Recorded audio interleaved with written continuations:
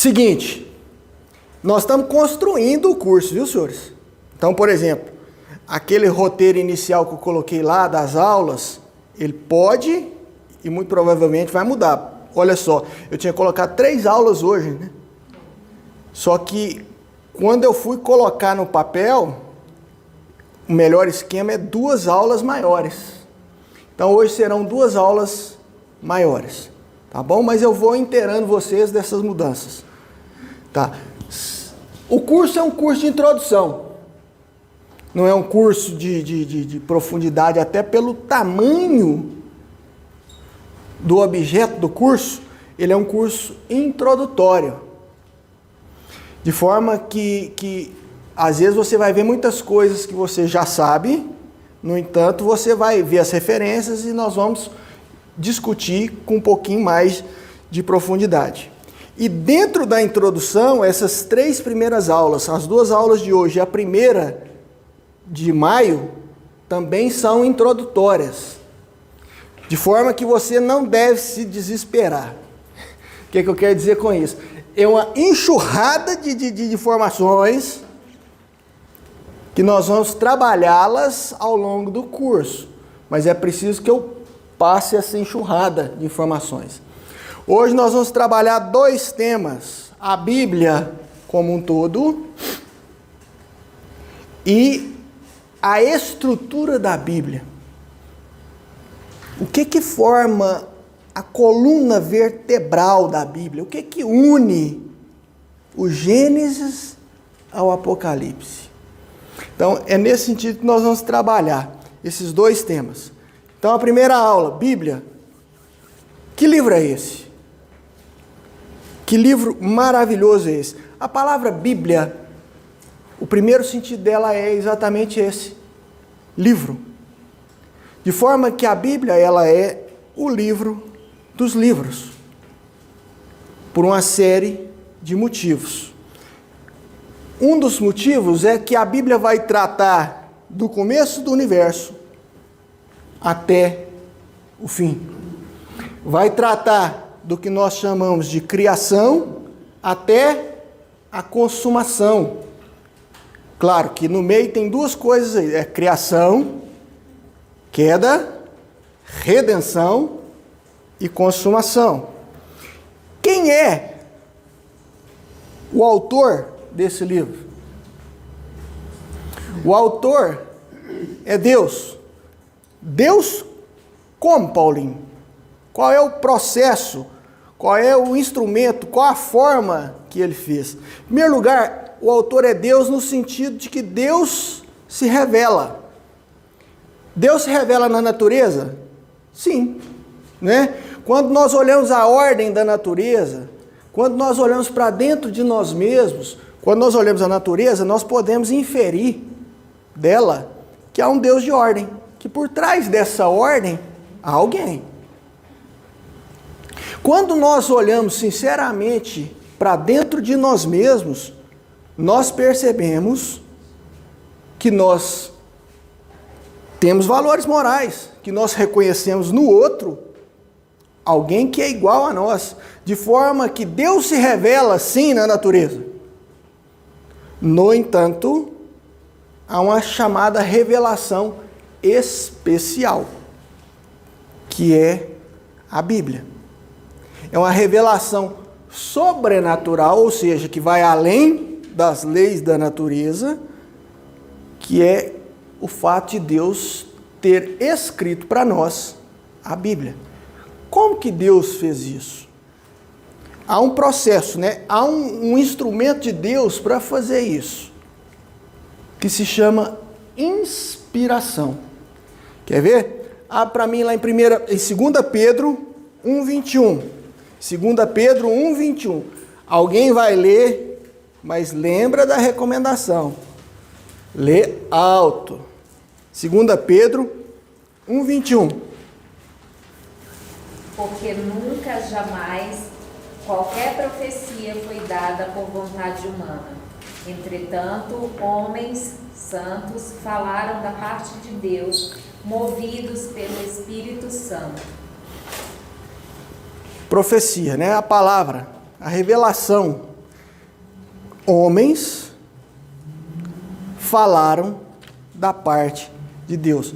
Não é o homem que queria falar, não é o homem que buscava falar, não é o homem que queria trazer uma notícia sobre Deus. Pelo contrário, o Espírito Santo movia a pessoa e a pessoa falava. É claro, movia internamente, de forma que a pessoa queria falar, né? Não era forçada a falar, não é nesse sentido, é no sentido de que por trás das pessoas que escreveram a palavra de Deus está a ação de Deus. De forma que, por exemplo, nós olhamos a Bíblia, toda ela, como palavra de Deus. Cada letrinha dela, palavra de Deus. Inerrante, sem erro, sem falha. Paulinho, mas e na tradução? Porque ela não foi escrita em português. Ela foi escrita em hebraico, o Antigo Testamento, grego e aramaico, o Novo Testamento. O que é inerrante? A nossa tradução é inerrante? Não. Não. A inerrância da palavra de Deus está nos originais. Quem fala isso é o reverendo Augusto Nicodemos, né? Pelo contrário, existe um provérbio italiano que diz tradutore, traditore. Mais ou menos assim. O tradutor é meio que um traidor, né? É difícil você trabalhar a ideia central do negócio. De forma que, por exemplo, os nossos pastores têm que ser capacitados a operar em hebraico, em grego, aramaico muito pouco, porque tem muito pouco, né?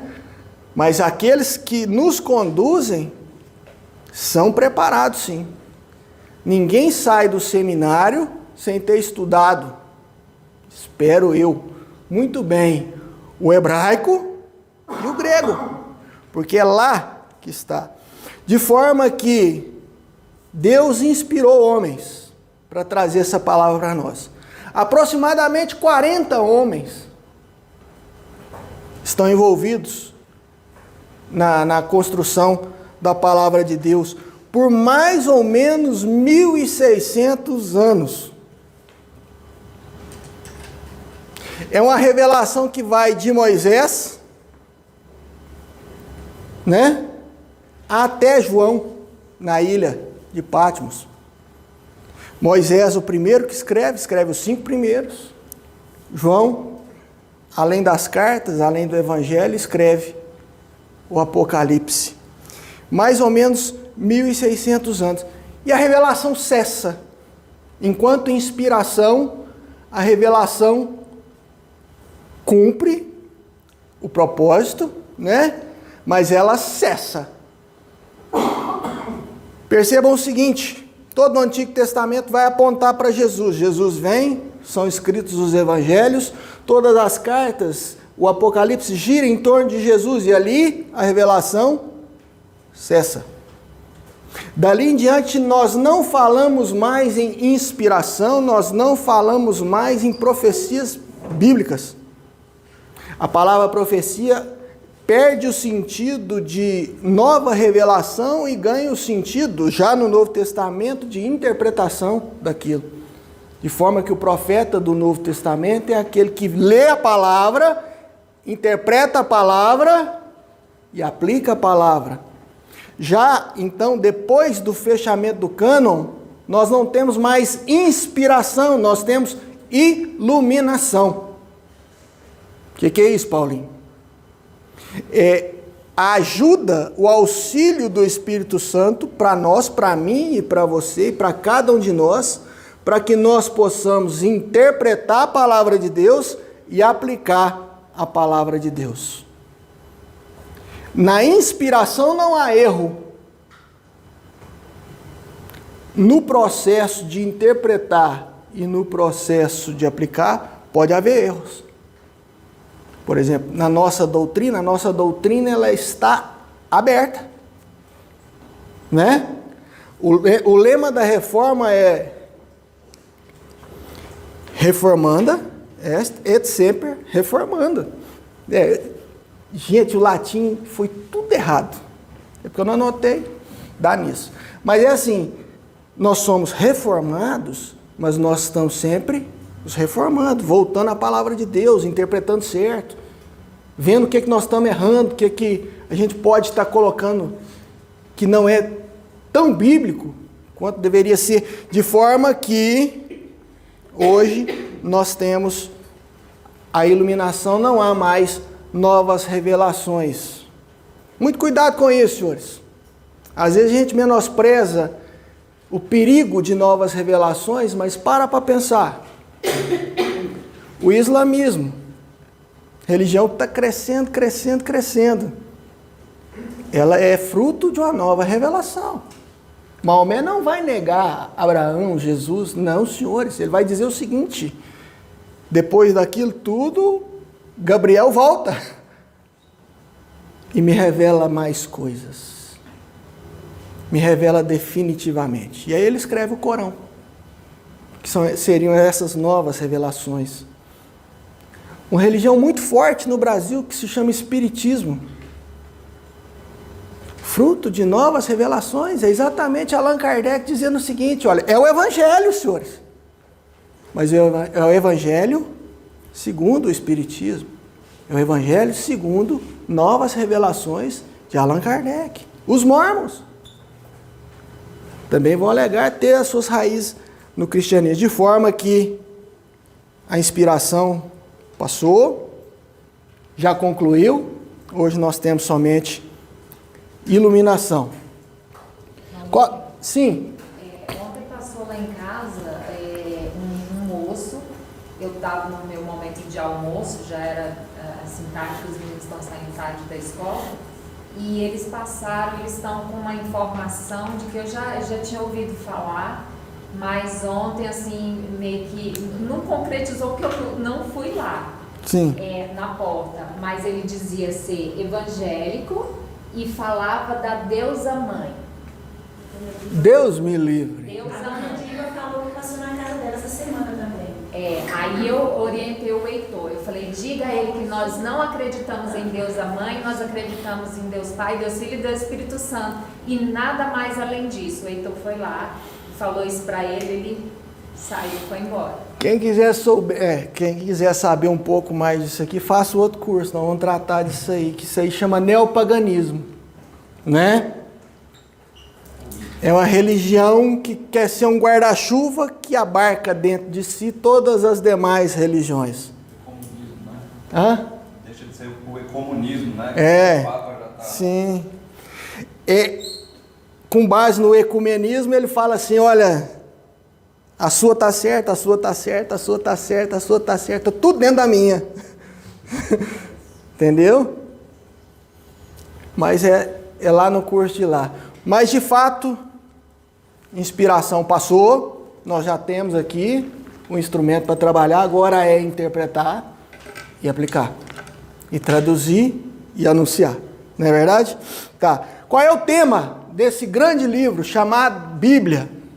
Eu coloquei que o tema é salvação. Paulinho, mas aqui tem criação, queda, redenção, consumação.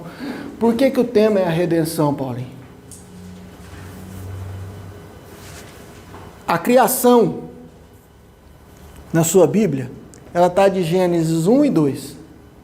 Ela está espalhada também na Bíblia, mas em pedaços pequenininhos. Mas o grosso da criação está na sua Bíblia, Gênesis 1 e 2. A queda, ela está na sua Bíblia em Gênesis 3. Claro, toda a Bíblia fala um pouquinho dela, tal, mas o grosso dela está em Gênesis 3. A consumação, ela está nos discursos de Jesus, né? Jesus sai do templo, diz que ia destruir o templo em 3 dias, chega lá no Monte das Oliveiras, os discípulos perguntam para ele, Senhor, me explica melhor isso aí, e aí ele faz discursos escatológicos sobre o fim, está nos profetas, mas também esparso, principalmente ele está no Apocalipse, e o resto da Bíblia? Todo o resto da Bíblia vai girar em torno, então, da salvação, da redenção. Paulinho, mas o Antigo Testamento, eu já li grande parte do Antigo Testamento. Não vi, não percebi. O nosso curso é para isso. Para que você perceba que todo o Antigo Testamento é uma preparação, é um apontamento para Jesus. De forma que o tema é a salvação. Agora, não podia ser só a salvação. Por quê? Você fala assim, você precisa ser salvo. Salvo do quê? Salvo por quê? É preciso que você mostre que houve uma criação, que tem alguém. É preciso que você mostre que a pessoa deve para alguém a queda, né? E é preciso ser mostrado que há um tempo de oportunidade, que esse tempo vai ser fechado. De forma que o tema, se nós pudéssemos em uma palavra dizer qual é o assunto da Bíblia, sem eu você pode dizer salvação. Tudo na Bíblia gira em torno da glória de Deus. Deus é o Criador, Deus é o Autor. Então o objetivo também da Bíblia é a glória de Deus. O objetivo da criação do mundo é a glória de Deus. O objetivo também de escrever a Bíblia é a glória de Deus. Porque é por meio da Bíblia que Deus vai reunir para si um povo, que Ele vai construir, trazer para si e habitar eternamente com um povo. E é também pela Bíblia, pela palavra e pela revelação natural, que Ele vai glorificar um outro aspecto dele, que às vezes nós não gostamos muito de dizer, mas que está nele, que faz parte dele, que é lindo, que é maravilhoso, que chama justiça. Tanto a misericórdia dele será e é glorificada em nós, cristãos, quanto a justiça dele existe e é glorificada naqueles que se perdem. Tudo bem até aí, senhores? Tá, quem é o personagem então, Paulinho, da Bíblia? Personagem principal aí da Bíblia. Quer dizer que esse personagem é mais do que os outros? Não, não é isso não. Jesus não é mais do que o Pai, não é mais do que o Espírito Santo. Nenhum deles é mais do que o outro. Só que se o tema é a salvação, o personagem que se destaca, né, em termos de salvação, é Jesus Cristo. De forma que Jesus Cristo, então, é o personagem. Perceba que ele está no meio. O que separa o Antigo e o Novo Testamento? O testador, né? Aquele que morre para deixar o testamento. Jesus. Jesus é o centro, né? Jesus é o que está ali no meio. A plenitude dos tempos, o maior momento da história da humanidade, qual é? É exatamente o momento em que Jesus vem até nós. A Bíblia vai chamar esse momento de plenitude dos tempos. O reino de Deus, ele é implementado quando? Ah, no Apocalipse, não. O reino de Deus já está entre nós. Né? Lembra lá do Novo Testamento, textos que às vezes a gente fica encafifado. Jesus fala assim, ó, não vai passar essa geração sem que o reino seja implementado. Aí a gente, segunda vinda? Muita gente interpretou que seria a segunda vinda, né? Não, mas não é disso que ele estava falando. Ele estava falando daquele momento, da implementação do reino. E o reino é implementado ali, de forma que ali ele passa a governar. E está governando de forma que todos os inimigos dele estão sendo colocados debaixo do pé dele, até o momento da consumação. Plenitude dos tempos, reino de Deus, os últimos tempos. O termo que é usado ali no Novo Testamento para dizer, de Jesus para cá, nós vivemos os últimos tempos. É muito tempo, né? É muito tempo, mas é os últimos tempos. Jesus Cristo é aquele que é prometido no começo e glorificado no final. Quer ver? Gênesis 3,15. Nós estamos no comecinho, né, da Bíblia. E esse texto nós vamos trabalhar ele muito hoje, viu? Gênesis 3,15. Porém, inimizade entre ti e a mulher, entre a tua descendência e o seu descendente. Este ferirá a cabeça e tu lhe ferirás o calcanhar. Deus Pai falando com a serpente. Eu vou pôr inimizade entre você e a mulher, né? Depois da queda. Você vai ferir o calcanhar do descendente, mas o descendente vai ferir a sua cabeça. É Jesus, senhores. É o que nós chamamos de proto-evangelho. Né? Eu vou trabalhar mais para frente isso aí, então não quero adiantar muita coisa. Mas Jesus é prometido lá no comecinho. Mas lá no fim está Jesus de novo. Quer ver? Leia lá os 2 últimos versículos da Bíblia, senhores.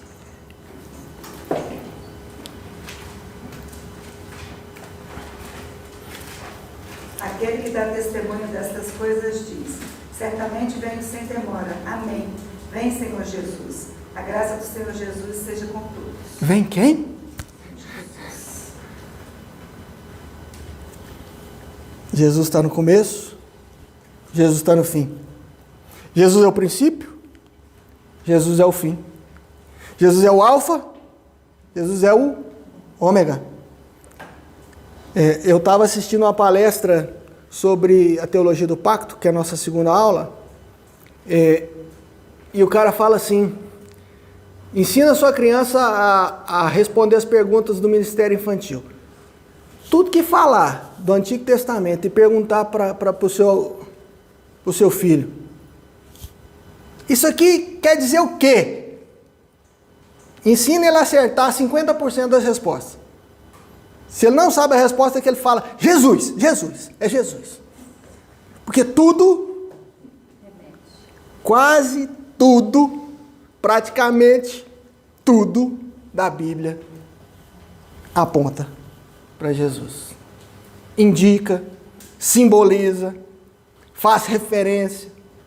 Jesus é o personagem central da Bíblia. Quais são as funções, então, desse Jesus? A teologia vai chamar a nossa atenção para 3 funções que Jesus teve e tem ao longo desse processo, né? Um processo que começa ali na criação, passa pela queda, a salvação, a consumação. Jesus exerce, então, 3 funções principais. Funções que não são exclusivas dele, percebam. No entanto, que são completas e perfeitas tão somente nele. 3 funções.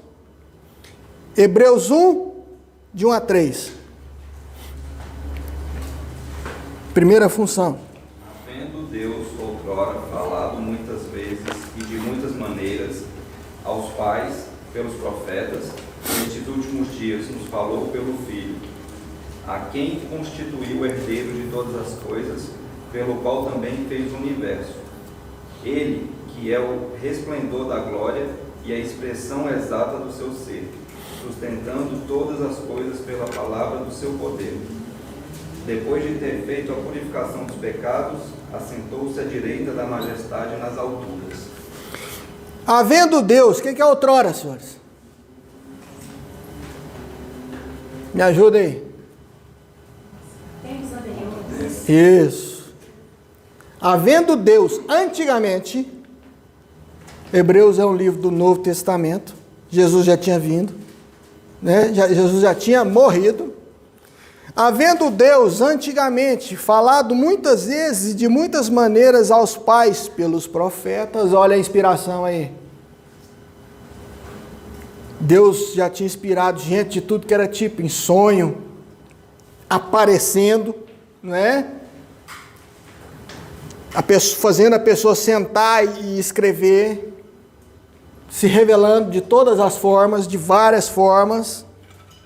Nestes, qual a expressão que está aí? Últimos dias? Nos últimos dias. Opa, nós já conhecemos essa expressão, hein?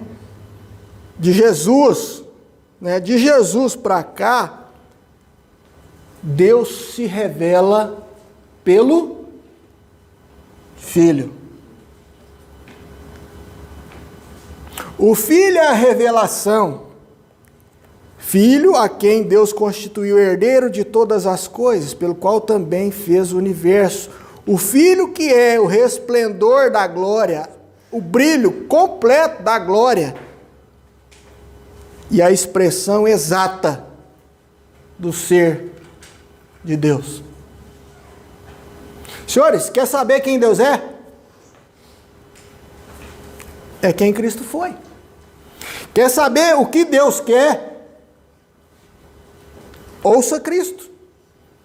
Quer saber o que Deus queria dizer com os 10 mandamentos? Veja como Cristo interpretou os 10 mandamentos. Cristo é a expressão exata do ser de Deus. Por quê? Porque Ele é Deus. Ele eternamente está com Deus, vive com Deus Pai, vive com o Espírito Santo. Ele é Deus. De forma que Cristo é Deus que esteve entre nós, habitou entre nós. Emanuel, Deus conosco. De forma que Jesus é o maior dos profetas. Jesus é a maior revelação de Deus. Jesus é a revelação completa, suficiente, não precisa mais. Certa feita, os discípulos, depois de viverem com Jesus, perguntaram para Jesus, pediram, para Jesus, mostra-nos o Pai.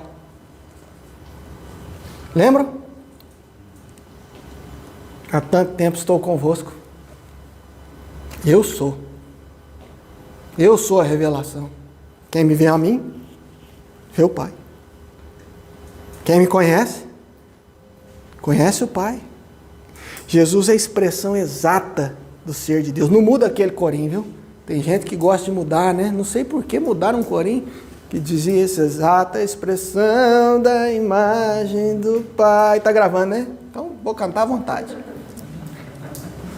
Tem gente que muda, não sei por quê, mas é Hebreus.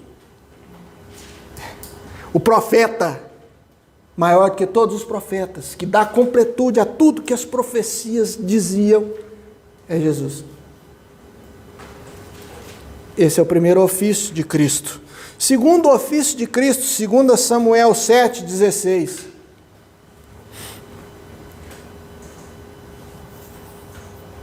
Porém a tua casa e o teu reino serão firmados para sempre diante de ti. Teu trono será estabelecido para sempre. Está falando com quem? Deus falando com quem? Davi. Deus faz a promessa a Davi, olha Davi. Porque Davi estava lá, liberto das guerras, já tinha passado o momento de guerras tal, e Davi fala assim, olha, eu moro num palácio, no entanto, Deus ainda mora numa tenda, no tabernáculo. Vou construir um templo. Chega para Natã, um dos profetas da época, quer construir o templo. Natã, faz o que você quiser, Davi. Mas Deus vai a Natã e faz assim, não. Vai lá e fala para Davi o seguinte, Davi, você não vai construir o templo. Não vai ser você quem vai construir o templo. Vai ser o descendente seu. Mas Davi, eu vou te abençoar. É da sua linhagem, Davi, que vem o descendente. Gênesis 3,15. Ei, lembra do descendente? Gênesis 3,15, lá no comecinho. Davi, é da sua linhagem que vem o descendente. Deixa eu te contar um negócio. O reinado desse descendente é eterno. E aí vem Salomão, constrói o templo. E é o maior rei da história de Israel. Mas esse rei esperado não foi Salomão, nós sabemos, né? Havia alguém de vir, da linhagem de Davi, um leão de Judá, né? Que viria, que é rei e é o templo. Não é? É Ele que contém em si tanto o reinado quanto Deus entre nós, porque esse é o templo, né? Deus entre nós, Deus é em nós. O templo era o local da habitação de Deus, né? Na simbologia do Antigo Testamento. Continua hoje. O templo é o local da habitação de Deus. Onde Deus habita hoje? Dentro de cada um de nós. Então, rei. A segunda função de Jesus Cristo é ser rei. E foi prometido lá para Davi. E quando nasce o bebezinho, veja aí o que eles dizem acerca daquele bebezinho. Lucas 1:33. Ele reinará para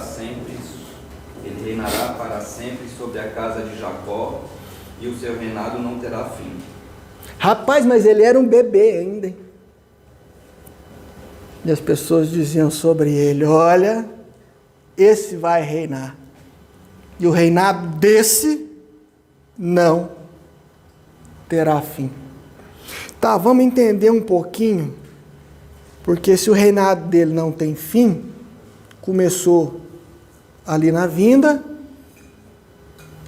ele não pode ter interrupções, não é verdade? De forma que Jesus já está reinando. Podemos concordar com isso? Tá. Deixa eu fazer duas perguntas para os senhores. Você é salvo? Não, eu quero a resposta, para sair na casa. Sim. Uai, o que você está fazendo aqui? Por que você não está no céu? Uma das estruturas bíblicas é o que a teologia vai chamar de já e ainda não. É a ideia do seguinte: você é santo? Já. Mas ainda não. Você é salvo? Já. Mas ainda não. Porque são processos. São coisas que iniciaram, que estão se desenvolvendo e que haverão de chegar ao final. São processos. De forma que o já e ainda não é a expressão que pode dar sentido a isso. Então, olha só. Cristo reina hoje. Um reino ainda não consumado, de forma que há batalhas sendo travadas, não é verdade?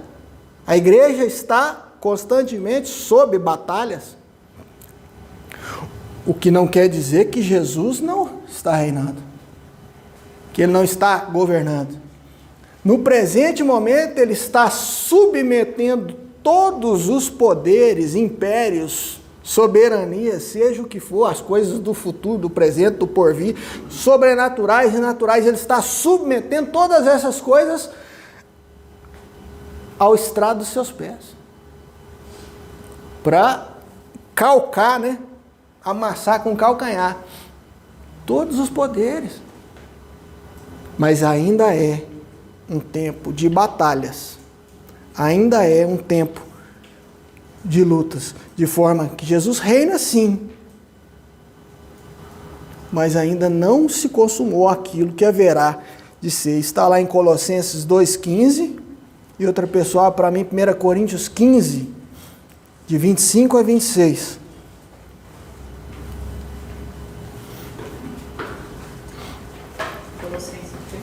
Colossenses 2,15.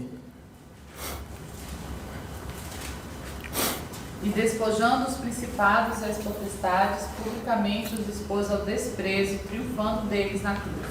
Sim. Falei de potestade, falei de poderes, né? Falei de uma série de coisas. Está aí Colossenses dizendo. Lá na cruz, ele estava humilhando todos esses poderes. Lá na cruz ele vence, né? Lá na cruz ele pisa na cabeça da serpente. de forma que a serpente está moribunda. Ou seja, em processo de morte. Lembra quando Jesus fala assim, olha, quem é que pode tomar os bens do valente? Não, você tem que entrar na casa do valente, subjugar o valente e aí você toma. Quem é que resgata o mundo que jaz no maligno, né? Ou seja, quem é que pega o valente, Satanás, e amarra e prende de forma que agora pode alcançar o mundo que jazia no maligno? Cristo. E ele fez isso na cruz. E esse processo está acontecendo. 1 Coríntios 15, 25 a 26. 25 e 26? É. Porque convém que ele reine até que haja exposto todos os inimigos debaixo dos pés. O último inimigo a ser destruído é a morte. Sim. Então está aí o processo. Então Jesus é profeta, Jesus é rei e Jesus é sacerdote. Um sacerdote que, além de sacerdote, é cordeiro. Né? É aquele que sacrifica e é aquele que é sacrificado ao mesmo tempo. Hebreus 4, de 14 a 16. Tendo, pois, a Jesus, o Filho de Deus, como grande sumo sacerdote, que penetrou os céus, concedemos firmes a nossa confissão, porque não temos sumo sacerdote que não possa compadecer-se das nossas fraquezas. Antes foi ele tentado em todas as coisas, a nossa semelhança, mas sem pecado. Acheguemos-nos, portanto, confiadamente junto ao trono da graça, a fim de recebermos misericórdia e acharmos graça para socorro em ocasião oportuna. O que é sacerdote, senhores? O que faz um sacerdote? Ele nos liga, Deus. Nos liga, né? Como é que ele fazia isso no Antigo Testamento? Ele recebia alguma coisa de alguém, né? Uma oferta por culpa, uma oferta de agradecimento, uma oferta de diversos tipos, e pegava e levava, né? Para Deus. Cristo é exatamente isso. O sumo sacerdote. Tudo aquilo apontava para o que Cristo faz. Cristo é a ligação única, exclusiva, entre você e Deus. Por quê? Porque Deus é santo, santo, santo. Deus não tem, não gosta, não quer e não vai ter comunhão nenhuma com o erro, com o pecado. Nenhuma. Ele é luz, não há trevas. Treva não chega perto. Para Deus te aceitar, Deus precisa colocar um óculos chamado Jesus e olhar para você. Ou seja, você só tem acesso a Deus em Cristo. Sem Cristo não vai, não chega, não há a menor possibilidade. Então Cristo é esse sumo sacerdote. Quem pecou, Paulinho? O homem. Jesus é homem. Quem foi o ofendido, né? Alguém que é eterno, infinito, glorioso. Quem tem dinheiro para pagar, então a culpa de uma ofensa a alguém tão superior, Deus tem. Jesus é Deus. Ele é homem para nos representar, para cumprir por nós. E Ele é Deus para ter o valor suficiente para satisfazer a culpa, a justiça. De forma que Jesus é o sumo sacerdote, é aquele que cumpre a lei. João 1,36. Em relação a essa questão de Jesus ser o sumo sacerdote, é comum que a gente use Jesus nas nossas orações, em nome de Jesus, não é isso? Sim. Esse é o propósito. Sim. Esse é o propósito e essa é a forma correta de orar. Porque não há mérito em nós. Não há capacidade nossa de chegar ao Pai. Então nós estamos, e sempre tudo que pedimos e falamos, o fazemos em nome dEle. Deus, não é por mim não. É por Jesus. Né? Me perdoa. Por quê? Porque eu mereço? Não. Porque Jesus pagou. Me abençoa. Porque eu sou bonzinho? Não, porque Jesus foi bom por mim. Jesus está me transformando. Porque eu sou de Jesus. Eu sou uma ovelhinha que o Senhor deu para Jesus. Então, toda a nossa oração, todo o nosso pedido, todo o nosso relacionamento com Deus passa necessariamente por Jesus. Mas passa só por Jesus. Tá bom? Por mais ninguém. Não passa por mim, não passa pelo pastor Jefferson, não passa pela igreja presbiteriana, não passa por nenhuma igreja. Não estou desprezando a igreja tem a sua função. Estou dizendo simplesmente que não há intermediário algum entre você e Deus, exceto Jesus Cristo. E não adianta pedir a mãe, né? Não. Não adianta pedir a mãe, porque a mãe também é como você. Né? Quando a mãe cantou, ela falou isso. Né? Quando o Lucas foi perguntar para Maria, vem cá, o que aconteceu naqueles dias? Ah, não, compus um hino. Compus um Magnificar. Né? Minha alma engrandece ao Senhor, meu espírito se alegra em Deus, meu Salvador. Não adianta pedir Davi, né? Davi também canta. Disse o Senhor ao meu Senhor. Né? O descendente de Davi era senhor de Davi. Nós vamos ver isso mais para frente. Mas para dizer o seguinte, Jesus é a completude da profecia, Jesus é a completude do reinado, Jesus é a completude do sacerdócio. Jesus é profeta, é rei, é sacerdote. Completo, integral, perfeito. É Ele quem vai cumprir essas 3 funções. Tá. Até aqui, senhores. Alguma dúvida? Sim. Estou perguntando, o que é a eternidade do churrasco? Ah, eu pulei. Porque é o seguinte. A questão da revelação, né? Então, olha só, nós temos... Só ver a parte anterior, qual foi a analogia que eu coloquei antes? Você está com o texto aí? Não, lá no texto do celular.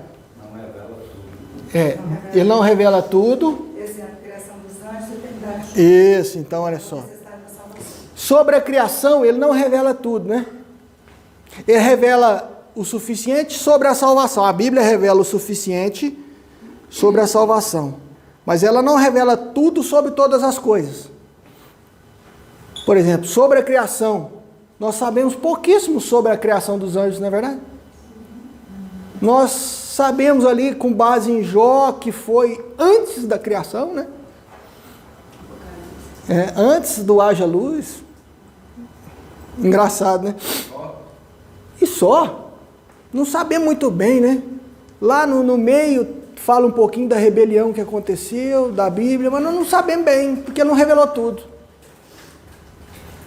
Há um texto do Antigo Testamento que vai nos dizer o seguinte, olha, a nós foi dado revelações, então o que foi revelado nos pertence, mas os mistérios vamos sossegar, né? Mas se na criação tem questões que não foram completamente reveladas, sobre a consumação também. E a pergunta é, no céu tem churrasco? Pode parecer uma pergunta boba para vocês, eu queria demais. Quando nós voltamos à criação, Deus cria homem e mulher e fala assim, olha, de todas as árvores aí comeis. Para os animais, tudo que tem de verde aí, vocês comam. Ei, eu não falo em carne, não. A carne só vai aparecer depois do pecado, senhores. Né? É só depois do pecado que a morte aparece. Pra você comer carne, um bichinho tem que morrer. De forma que há sinceras e terríveis dúvidas sobre a existência do churrasco no céu.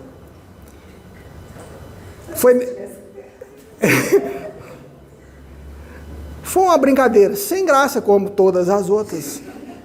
Mas assim, com certeza Deus tem a essência do sabor churrasco. Né? Não é preciso morte para que sintamos no céu o sabor do churrasco.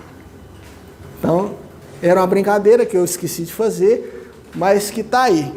Para dizer o seguinte, a Bíblia contém o suficiente, não revela tudo. O que ela revela nos pertence, para que interpretemos e para que vivamos, e é suficiente. No entanto, aquilo que não nos foi revelado, você pode especular, tal, mas não faça doutrina também sobre aquilo, né? Faça doutrina sobre o que foi revelado. Tá joia? Mais alguma dúvida? Até aqui? Paulinho, quando Jesus voltar, Fala alto, Daiane. os anjos vão... Vai ter anjos no céu quando Jesus voltar? Tipo, eles vão ser... Vão estar conosco? Sim. Quer saber se vai ver os anjos? Se a gente vai estar com os anjos. Sim. Sim, isso está na Bíblia o tempo todo, né? O louvor lá do Apocalipse, o tempo todo os anjos estão lá cantando, participando, e os anjos estarão lá, né? Aqueles que não se rebelaram. Porque para os anjos houve uma rebeldia parcial, né? Parte dos anjos se rebelou, parte não se rebelou. Diferente de nós, né? A gente tinha um representantezinho e ele lascou com todos nós. Vou chegar lá, não vamos adiantar demais não. Mas em relação aos anjos, parte se rebela. E para essa parte que se rebela não há um processo, um recurso para fins de salvação. Esses haverão de ser condenados, mas aqueles que se mantiveram, né? Gabriel, Miguel, são os dois que tem na Bíblia, estarão lá conosco. Só esses dois que tem o nome na Bíblia, viu? Rafael não tem não. Aí é mais tradição, né? Ou livros apócrifos, tá? Mas é Gabriel e Miguel. Mais alguma? Não? Tá. Então vamos fazer o seguinte, nós temos meia hora para fazer isso aqui. Fecha tudo aí. Deixa só sua Bíblia.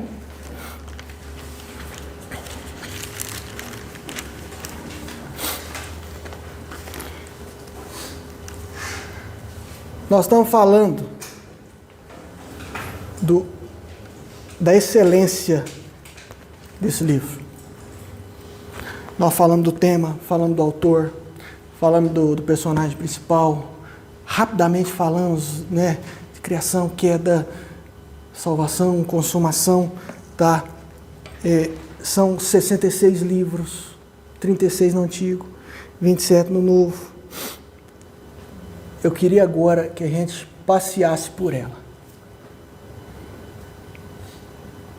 Nós vamos passear pela Bíblia, para a gente tentar perceber isso. Que instrumento que Deus deu para nós.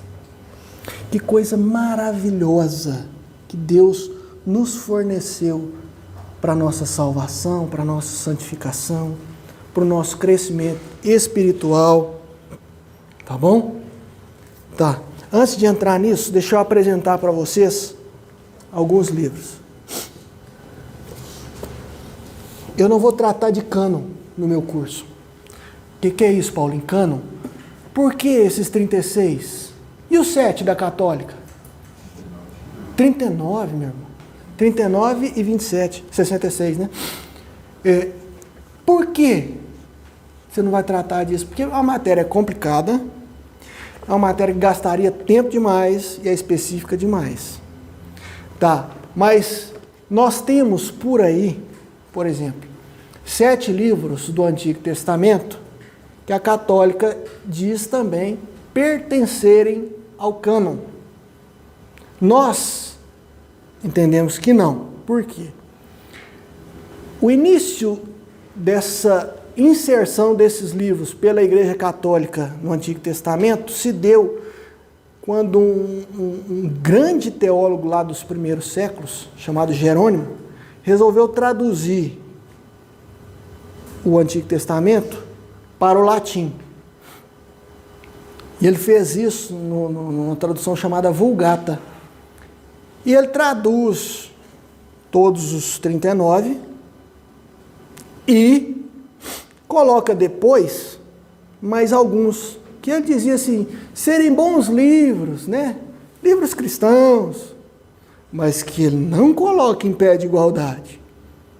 Mas como essa tradução ficou muito famosa e praticamente foi a tradução bíblica usada pela igreja latina, posto que em latim, né, a igreja da Europa Ocidental, foi passando para dentro. E a igreja depois veio dizer que eles pertenciam. Deixa eu ver se eu consigo lembrar. 1ª e 2ª Macabeus, Judite, Baruque, Eclesiástico, Tobias. Qual é o 7º? Esqueci. Quem tiver interesse de conhecê-los, todos eles estão aqui. Né? Uma pergunta, Paulinho.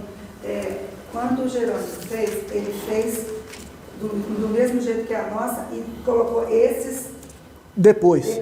Sim. Na hora de fazer a Bíblia Vulgata, eles colocaram, inseriram? Não, na Vulgata está separada. Mas a Igreja Católica vem dizer depois que eles faziam parte do cânon. Em Jerônimo, não. Ele fala, olha, são bons livros, tal, tratam da matéria. Tá. Então, mas foi livros que ele fez uma tradução, digamos, entre aspas, mal feita, ou foi ele que inventou isso na interpretação dele e colocou lá? Já eram livros que existiam, né? Ele traduziu também, entendeu? Já eram livros que existiam e que ele apenas colocou, por exemplo, é como se eu colocasse depois da minha Bíblia, aqui o credo. Na sua Bíblia tem o credo, não tem? O credo é Bíblia? O credo pode conter erros? Sim. Entendeu? É literatura. É literatura. É apenas literatura dos judeus. É como se você fosse traduzir para uma tribo. Aí traduz toda a Bíblia e fala, não, mas o peregrino também é muito bom. Aí você põe um peregrino Só que aí junto lá na frente eles falam, não vai vir. Entendeu? Percebam que a Bíblia... Machado de Assis, um texto Sim. lá, e colocasse junto com a Bíblia. Só olha, interessante que fala sobre, mas é literatura judaica, Sim. Né, dos judeus da época. Sim. Tanto que o cara conversa com você, falando assim, não, isso eu acho que é assim. Você vê que a linguagem é totalmente diferente da linguagem bíblica. Sim. Mas se tiver interesse de conhecer, né? E eu faço o seguinte, nos livros que eu trago, eu coloco aqui, justo nesse não vai ter? Não, tá aqui. Isso aqui, ó, para você, viu? Se voltar, melhor, tá bom? Todos eles tem isso aqui. Para você marcar, para você, né? Porque tem alguns livros que tem aquela abinha, não faz isso não coloca lá no meio não. Assim, que estraga a capa. Então aqui, ó, todos eles têm isso aqui. Tá.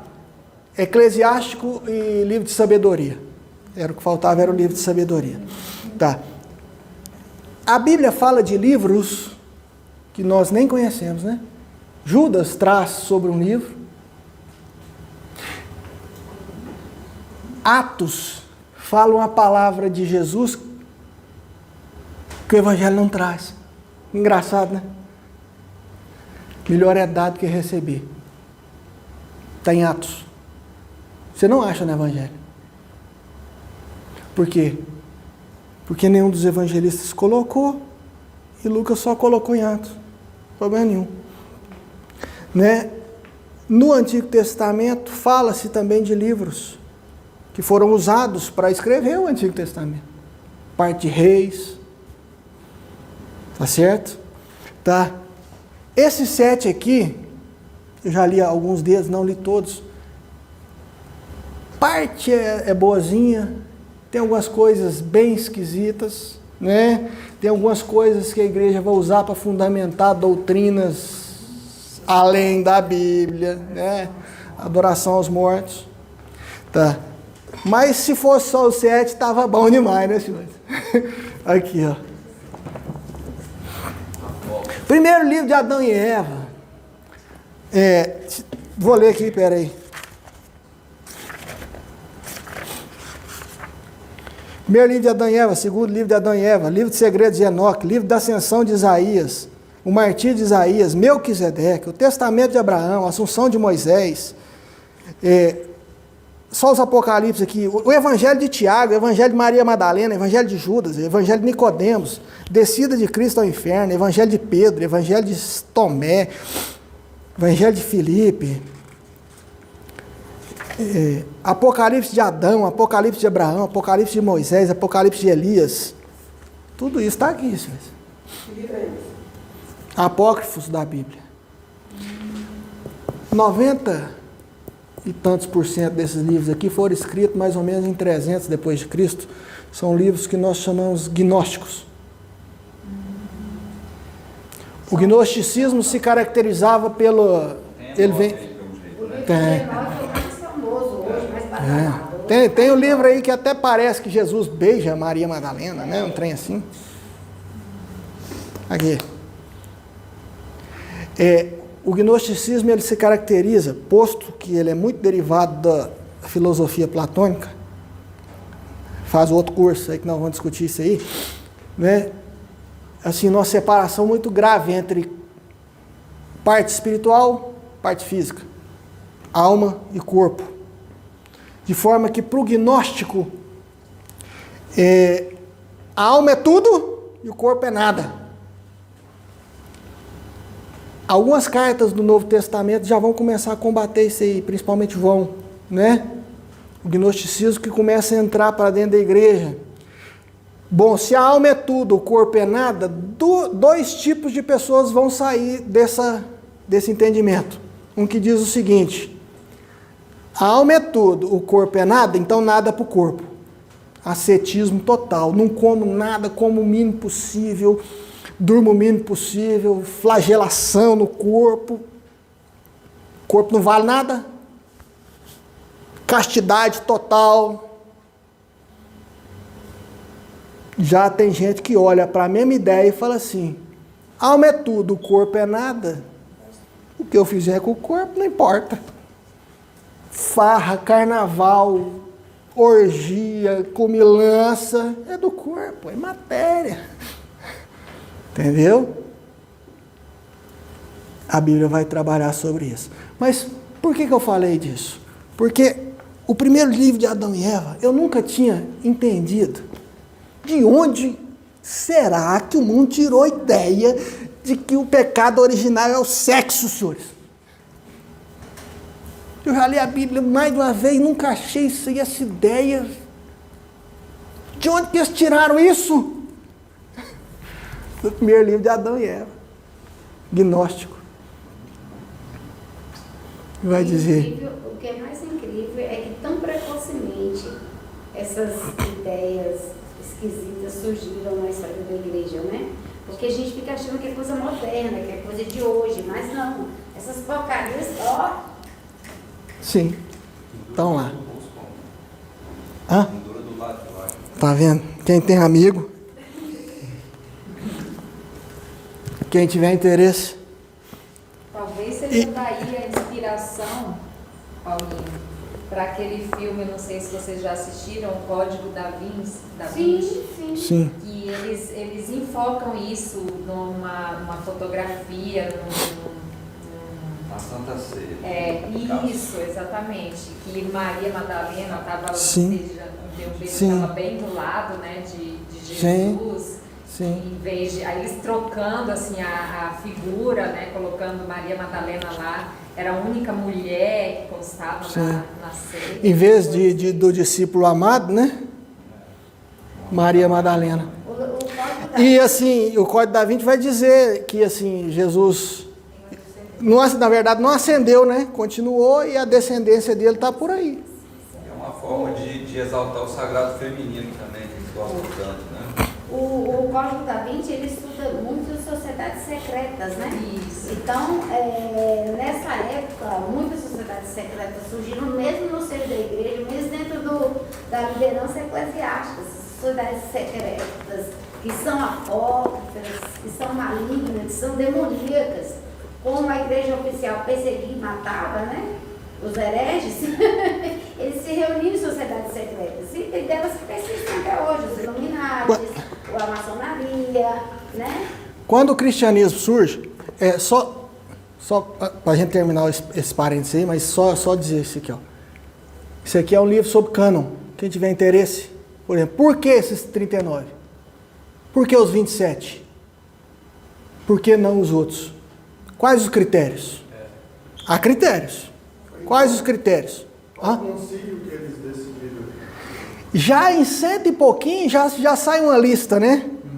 Agora, quando a igreja vira e define mesmo e fala assim, olha só, desde a primeira lista, a coisa não varia. Não é que varia.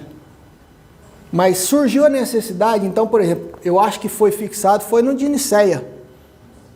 Nicéia, a igreja bate o martelo e fala assim, Tá fechado. Tá, não é que tá fechado, olha só. Aqueles livros do começo lá são esses, viu, gente? Para deixar claro para todo mundo, para ninguém mais querer inventar. Mas já em 100 e pouquinho, e olha que o Apocalipse, né, os livros de João são de 90 e pouco, né? Então já em 100 e pouquinho já tem listas dizendo, os livros são esses. Constantino foi em 300, né? O concílio de Nicéia, ele é convocado por Constantino. O de Entendeu? Nicéia foi Isso. Tá bom? Mas quem quiser, Cano, qual era o ponto que eu ia fechar mesmo? A Que é? estrutura, parceira. Não, sim, mas que ela estava falando. Sociedades Das sociedades secretas, a maçonaria. Tá. O cristianismo surge em meio a um momento em que, por exemplo, a religião oficial do Império Romano estava em baixa. Né, o paganismo, aquele paganismo dos deuses gregos que foram importados, né? Afrodite agora virou Diana, Zeus que virou Júpiter, aquilo estava em baixa. O que estava em alta eram as chamadas religiões de mistério, que buscavam lá em deuses egípcios, religião de Ísis, de Mitra, coisa do Oriente. E a religião de mistério, talvez a principal característica dela é a iniciação. Ou seja, o conhecimento é pela gnose, pelo conhecimento. São conhecimentos que não te revelaram, mas que estão por aí. Mas se você vier e fizer parte, nós vamos te revelar aos poucos. Entendeu? Essa ideia da própria... Eu não vou dizer da maçonaria porque eu não conheço. Não falo. Mas todos eles têm Sim, mas egípcio, sim, então essas religiões de mistério. Já o cristianismo vem e fala assim, não, é simples, cara. A mensagem principal disso aqui é simples. Acessível para todo mundo e quem quiser saber, nós contamos mesmo e queremos contar. Tudo é simples? Não. Quando você vai aprofundando, tem muita coisa complicada, mas a mensagem principal é simples, acessível, nada de mistério. Exceto um outro que nós vamos tratar. Tá. Vamos passear? Pega a Bíblia aí, senhores.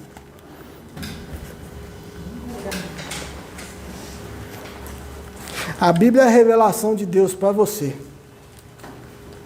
Para você viver bem, você saber do que precisa saber. Tá. Então, quer saber da criação? Quer saber da natureza do homem? Quer saber dos grandes porquês? Quer saber do início? Lê a Gênesis. A gênese de todas as coisas está em Gênesis. Se você quer saber da lei, se você quer saber de como que se processa a redenção, como que um povo é tirado da escravidão e levado para um lugar melhor, leia Êxodo. Se você quer saber como viver a vida pura, uma vida de santidade, leis de pureza, leis de separação, de não misturar o que vem de Deus com o que vem do mundo, Levítico. Se você está sofrendo, e você está sofrendo, peregrinando nesse mundo, no deserto, senhores, leia Números. Um livro tão maltratado, tão mal entendido, que acha que é só genealogia e números. Nada disso. Números é o povo no deserto. Livro maravilhoso, nós vamos estudar. Livro maravilhoso. Leia Números. Você quer um resumo disso tudo que foi dito até agora? Quer saber quais foram os discursos que aquele povo, que somos nós, precisamos saber para entrar na terra prometida, senhores? Leia Deuteronômio, que são os discursos de Moisés. São os discursos de Moisés ao povo às portas da terra prometida. Quer saber como conquistar a terra prometida, senhores? Josué. Quer saber que não era aquela terra física? Quer saber que não era Josué? Quer saber que há promessas maiores do que esse mundo? Lê Juízes. Oh, livro interessante, senhores. Ei, aquele povo tinha tudo, tinha terra, tinha lei, tinha tudo. E o livro de Juízes é a descrição da depravação progressiva do povo. Quer saber que Deus não deixa o povo sem salvação? Mesmo aquele povo de Juízes que tinha tudo e só se depravava, lê Ruth. Porque ali é prometido a solução. Ali a solução é colocada, o resgatador que vai resolver o problema. O resgatador real começa em Ruth. Passa por Samuel. Porque Samuel é a transição entre aquele povo vivendo na teocracia, que falou, precisamos de um rei humano. É a transição, está em Samuel. Da teocracia para o reinado. As biografias de Saul, de Davi e do último dos juízes, Samuel, está ali em Samuel. A história dos reis, né? Será Salomão? Que chegou no apogeu, mas do apogeu começam os declínios, né? Não, então não é. Ainda não é. Não é Salomão, não é Davi, não é o reinado. Não é esse reinado. Isso nós vamos ver em Reis e Crônicas. Qual a diferença, Paulinho, de Reis para Crônicas? Reis vai tratar dos dois reinos em paralelo. Crônicas vai tratar só do reino de Judá, o reino do sul. E ali você vai ver que aquele povo que era um só se divide em dois reinos. E ali você vai ver que primeiro um deprava e é destruído, o reino do norte. Depois o outro deprava e também é levado cativo para a Babilônia. Mas lá na Babilônia, Deus vai atrás daquele povo e traz aquele povo de volta para aquela terra. Está em Esdras, está em Neemias, está em Ester, né? O período da restauração. Essa é a parte histórica que nós vamos trabalhar nesse curso. À luz do que nós já colocamos, nós vamos trabalhar tudo que aconteceu, né? De principal até aqui. Mas a Bíblia não para aí não, senhores. Nosso curso é um pedacinho só. Ei, você chega em Jó, você vai entender o sofrimento. Conhecendo Jó, você vai entender o sofrimento. O sofrimento que às vezes você não é causa direta. Um sofrimento para servir. Você vai entender isso em Jó. Está sofrendo, estuda Jó. Em Salmos, você vai perceber como você deve se relacionar com Deus, senhores. A importância da adoração, a importância do culto, a importância da oração. Porque Davi era um homem segundo o coração de Deus, nós conhecemos a biografia dele, senhores. Nós conhecemos a biografia de Davi. Por que esse homem é chamado de um homem segundo o coração de Deus? Aquele homem adorava, senhores. Aquele homem se relacionava com Deus. Fez coisas horríveis, terríveis, mas aquele homem era um homem de Deus, que vivia com Deus. É em Salmos que você vai perceber isso aí. Como é que eu posso viver nesse mundo, Paulinho? As coisas cotidianas. Ei, Deus separou, Deus colocou o homem mais sábio, que já pisou aqui, para separar uma série de provérbios, para você nortear a sua vida comum, o seu proceder cotidiano. E entenda que provérbios não é promessa, né? Provérbios é o que normalmente acontece. Por exemplo, ensina a criança no caminho que deve andar, ainda quando ela for grande, não se desviará dele. Não é uma promessa. É o que normalmente acontece. Normalmente Deus trabalha com famílias, mas de vez em quando não. Deus amou Jacó, se aborreceu de Esaú. Deus amou Isaac e não se salvou Ismael. Não é verdade? Tá. Está em Provérbios. Está angustiado com o sentido da vida? Leia Eclesiastes. Eclesiastes vai te mostrar qual é o sentido da vida. O que eu estou fazendo aqui? Não está se sentindo amado, não? Leia Cantares. Porque Cantares reflete o amor de Deus e da igreja e reflete o amor entre o marido e uma mulher.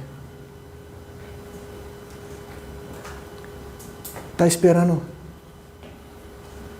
o Salvador? Quer reforçar nisso aí? Leia os profetas, senhores. Quer viver uma vida de santidade? Entenda a mensagem dos profetas, tão mal compreendida por nós, senhores. A gente acha que profecia, em grande medida, é preditiva, né? Olha, vai acontecer isso, vai acontecer aquilo, vai acontecer isso, vai acontecer aquilo, porque é isso que, por exemplo, as igrejas evangélicas dizem, né? Profeta é aquele que te revela o amanhã. Que nada, senhores. 90% dos livros proféticos, 90% da parte de revelação profética não diz respeito ao futuro, diz respeito ao que já foi falado. Povo de Deus, presta atenção. Deuteronômio 28, 29 e 30. Obedece, vai dar certo. Desobedece, vai dar errado. Tem que dizer, já que eu sei que vocês vão desobedecer, fica tranquilo, tenha graça. Deus vai te buscar. Isso é profecia. Isso vale para nós. Ovelhinha, quer que as coisas deem certo? Obedece. Paulinho, sempre vai dar certo? Não. Deus pode fazer dar errado para você servir Ele, mas Ele vai te pagar, viu? Se você sofrer por Ele, sem ser uma consequência de um pecado seu, isso chama serviço. E serviço implica galardão. Mas ovelhinha, a regra é obediência, bênção. Desobediência, maldição. Mas como você vai desobedecer, fica tranquilo. Tem a graça que vai te buscar. Esse é o resumo dos profetas. Mas nós chegamos no Novo Testamento. Maravilha. 4 evangelhos. 4 formas diferentes de olhar aquele, o Messias prometido. Mateus é um judeu escrevendo para judeus. O tempo todo Mateus vai lá no Antigo Testamento e fala assim, vocês não estão vendo que no Antigo Testamento falava isso aqui? Olha aqui. Um judeu provando para judeus que Jesus é o Messias. Marcos é aquele que fala assim, Jesus é o Filho que faz. Marcos é direto. Jesus fez isso, e fez aquilo, e depois fez aquilo outro. Marcos é o Evangelho de Pedro, viu? O Evangelho de Pedro não está nos apócrifos. João Marcos era discípulo de Pedro, de forma que o que Marcos escreve é aquilo que Pedro conta para Marcos. Lucas, aí é mais biográfico. Lucas é um médico acostumado a pesquisar, né? A inquirir, a perguntar, para falar que doença que você tem. Eu preciso saber os detalhes. Então, Lucas é aquele amigo de Paulo que vai perguntar, inquirir, vai a Maria, de forma que sobre o nascimento de Jesus,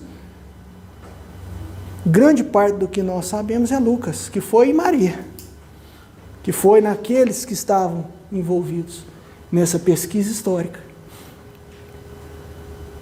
João é aquele que lá no finalzinho, né, a ponto do povo falar, João não morre mais, esse aí não morre mais não. Lá no finalzinho João vai mostrar, ei, aquele Jesus é Deus. E constrói um livro para deixar muito claro que Jesus é Deus. Tão Deus quanto o Pai. Tão Deus quanto o Espírito Santo. Você tem Atos, que é o nascimento dessa instituição que nós pertencemos, né? Que é o nascimento da igreja, a qual nós damos continuidade.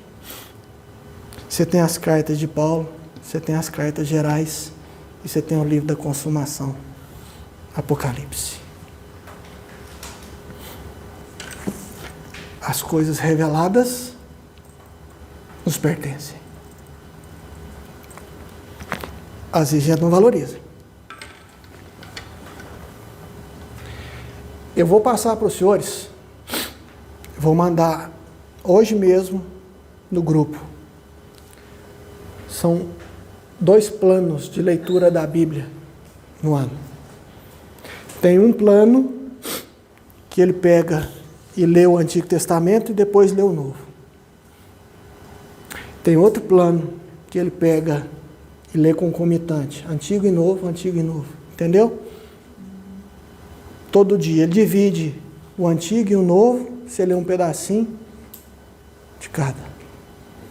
E eu gostaria de convidar vocês a ler a Bíblia.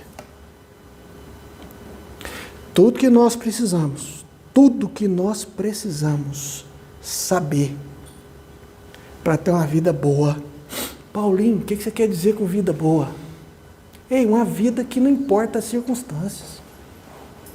Uma vida que quando o pior do mundo aparecer na sua porta, você vai estar fortificado para ele, você vai ver sentido naquilo.